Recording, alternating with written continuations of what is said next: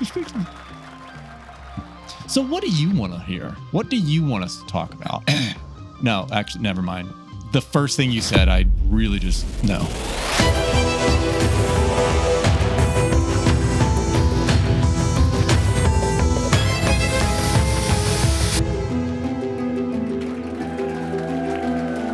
We don't do drugs or smokers. It's not real beer. It's not real weed. It's not real. Sorry, little guy. You're an entire universe within a universe within another one's universe. And I just took all of that away from Oh. Man, you killed all the fucking universes within them, too. I know. You know how many things you just killed? But what if I spawn billions of other universes and I don't even know it? You did, actually. But that's a whole other thing. That's the really weird part about... Death is an illusion. Yeah, for sure. But we're an antenna. So when we die, whatever's connected, we would just... Our body is just part of this. Yeah, it's part of this reality, this plane of existence. But we are half whatever's in there and like whatever's connected. Mm-hmm. You know, like... We snap back to reality when we... Like some of our memories have to be stored in our brain, right? I don't know, man. How would they all be...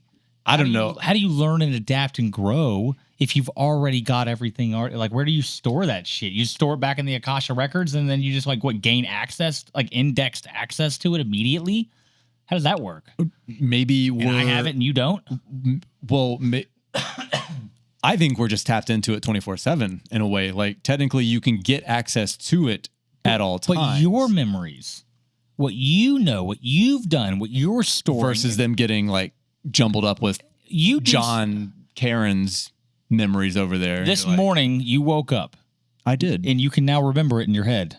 I can't. Where did that memory come from? Did you store it in your head or did you store it in the Akasha records? And how the fuck did you just pull it back like that? Maybe we all have a tether to our hall of Akashic records. Maybe we're tethered to our... So you have a cloud database that you're storing all your memories on and you get to tap into your cloud. So we're tapped in straight to our personal cloud. But then if we want to expand, we can tap into other clouds and other experiences and memories. That's how I see it. I don't know how they talk about it in the esoteric spiritual realm and world, but that kind of, dude, I don't know. But memories are so interesting, right? Like, where are they stored? Are they in? I think it's half and half. I think our brain's capable.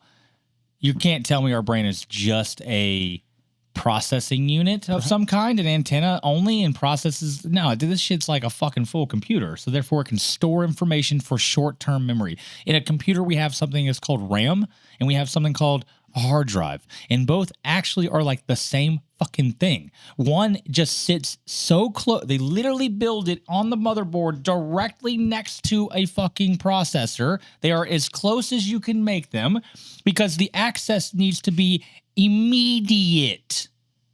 Immediate. There is no wait time for fucking RAM access. I need that bitch now. And when you go to the hard drive, you're going distantly away through wires. You're having a disk get read or something get read and brought back. That takes time we don't fucking have. This is a real thing. This is how they build computers. Okay. So we have RAM and hard drive. RAM is instant right now access that only the processor gets to have access to, and hard drive is us. That's long-term storage. So let's take that into like turning us into computers. Akasha records. If our brains is one and the Akashic records is the other, they have to be that close together. So where's the Akashic records? Well, if entanglement's real, then the Akasha records can be at any distance. It wouldn't matter. It's everywhere. It's every fucking way. It doesn't matter. You're entangled to it. You can just tap into it immediately. And then your local storage would be your brain storing local memories. Yeah. And then you can phase align or entangle yourself to the Akasha records. Or maybe you go into someone else's brain and get things from them. I don't fucking know how it works. I just think it doesn't need to be as close as you think. I have hard drives sitting very far away from the computer, wired all the way over there. Yeah. They act just the same as the other ones in the end. But all the RAM is going to be right there next to it. And so, like, it doesn't really matter how long the entanglement line is. It'll all be the same speed. It's all going to happen the same amount of time in the end. But the RAM, your brain needs to be right there because you have things that you need to be able to access fucking immediately or else you don't have time to process it. Interesting. Like, if you're going to be in a situation where you're about to die and you need to react, your brain's reacting on an instant memory access. But how does it, that would mean it would have to hold all the knowledge you have, because how does it know you're going to go through that instance and need that information at that exact point in time to just like zap it down? That would mean they're both instantaneously accessible, whether you choose to access it or not, which means all of your memories are just accessible as one or the other. I've got this one. All the short-term stuff. If you have you can go through life and watch all the same things I do and hear all the same things I do, all right? But when we get into that moment of life and death, let's say that you're about to wreck in a car and you know that split second where you have a reaction time of what to do and you can kind of see everything slower. I would say that in that moment, it doesn't matter how much you see and hear. What you do in the moment will depend on how you're experienced doing it over and over again, how you've been trained to handle the moments. And so your brain has something called myelin. And this myelin is a superhighway that gets created between circuits, and it's only created for things that you do an insane amount of times. Something that then becomes natural habit and just reaction. You just do now. You don't think, you just do. This is why I'm so good at swerving away from cars. Yes. It happens all the time. Yes. You've done it every fucking day. And I'm just for like half your life. Yeah. And so now you're like, I'm a master at this shit. Yeah. You know? But it's because you've created the circuitry. Your brain is constantly reinforcing what you keep doing to it. Right. And so if you keep training yourself how to react in the moment, you're going to fucking be good at it. Yeah. But if you don't, you won't. It doesn't matter how much you read. It matters how much you've trained to do it so that your brain creates the circuitry so that it can fire off those fucking things immediately so that you can accomplish the task. Otherwise, it'll stutter. It'll stall and stutter, and then you're fucking dead. We don't have time to go to the Akasha records. We don't. So maybe we have multiple tethers to different files in our storage unit where the ones that are thicker connections, thicker cables, imagine it, like thick cable for something you do every day, like your career, or like I do computer editing, this production stuff, that cable's really thick. But something like coding or something, that cable barely exists. Like for me, that it doesn't exist. I don't have any memories of that. So it's a very faint, like I've been learning Blender, been trying to learn that for years. That's some tough shit. That's some serious shit. And I know that cable has been, trying to get thicker, but it's just not happening because Blender is freaking hard. Dude, Blender's so much. There's so much to it. Dude, it's an entire world building. You can do everything in Blender. Yeah. Everything. I know programming is vast, but Blender feels more vast. And I've played around a lot with Maya, Blender, and a bunch of other 3D software. And I really do feel like that's more overwhelming to me. That's crazy. And I mean, it's very doing programming for 10 years. And I will look at that and be like, dude, put me on a code all day, man. That shit feels way less intimidating to me. It's insane. And I've been wanting to get really good at it for a long time. And I keep just like, I'll do it for months on end and then I'll stop. Because it breaks my brain. Every time I get on there, I get stuck in a situation and I'm like, I'm dying. This hurts. Have you used ChatGPT now? Not to help guide you through those moments? I have a couple of times. It was on the tail end before I stopped doing it. Because I was trying to learn how to make the lightsaber. Like say I was sitting here and I wanted the blade to come up. And now, like without anything being here, I just created a realistic looking blade, right? Yeah. And I was trying to figure out the easiest way to go about it. And Blender was, it's a really good way of doing it. But That's how you create it. To learn how to do this, like you can actually basically render it to the. I feel like I know how to do the editing part. It's the creation of the actual light, right? But then what you there's do so many other steps that go into it after that too. So you create the blade part and the animation or whatever, but then there's motion tracking and like rotoscoping and like to me, you're going to build it in Blender. You're going to go over to After Effects and you're going to put it in After Effects and you're going to keystroke everything out and make sure it's all motion tracked, masked properly, the whole, you know, and then you're going to take that over into the lightsaber. Correct. Yeah. And like, you're going to be moving it around. And even if you try to hold it still, you're still fucking moving, dude. And you'll see it when you're doing 30 frames a fucking second. You're going to notice it and it will look weird if you don't fucking rotoscope it properly and motion track it. And then you go over to DaVinci Resolve and you then put the pieces finally together with the audio and clean it all up. And that's a fucking long process, man. The compositing world is so vast. People don't get it. People don't get it, dude. The amount of knowledge you have to be able to composite, to get to the final render, especially of just a 5-second clip, 10-second clip. Yeah. It's such a process. And you'll probably use Photoshop in there too.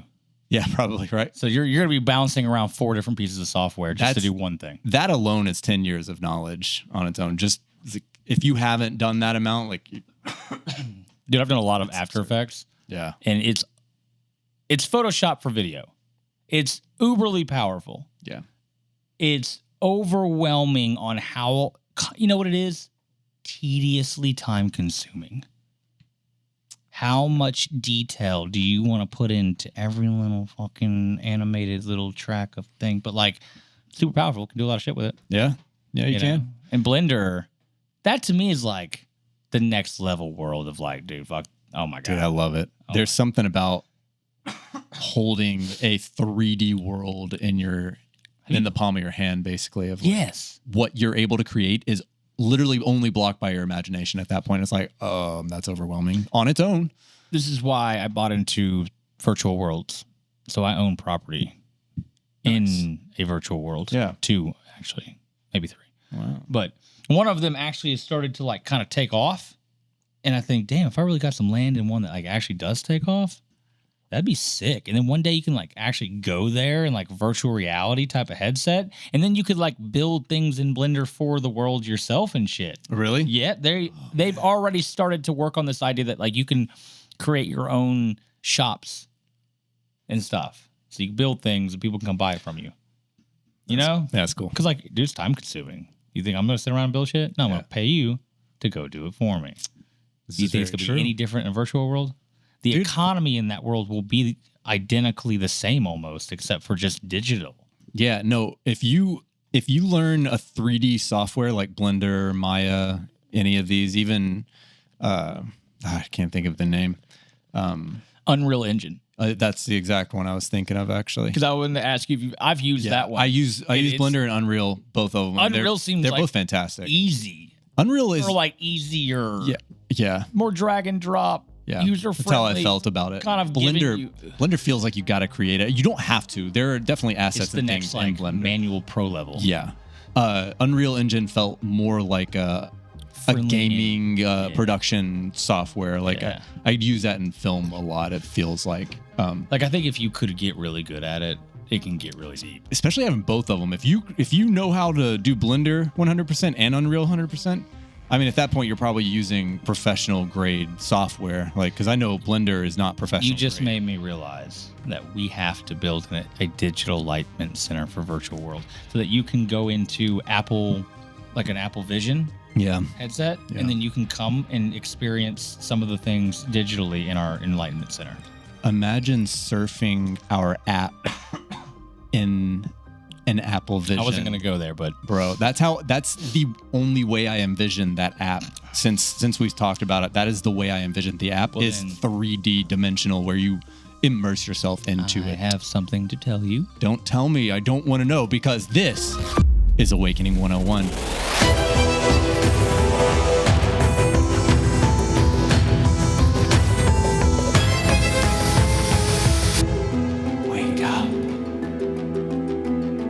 I'll talk about it, but you don't want to. Yeah, it's not something you want, but I'll do it. Your entire world will be shattered into bits and pieces, like Reese's Pieces bits, smaller than that. I like that while you're saying all of that, you're gonna hear bubbling the whole time.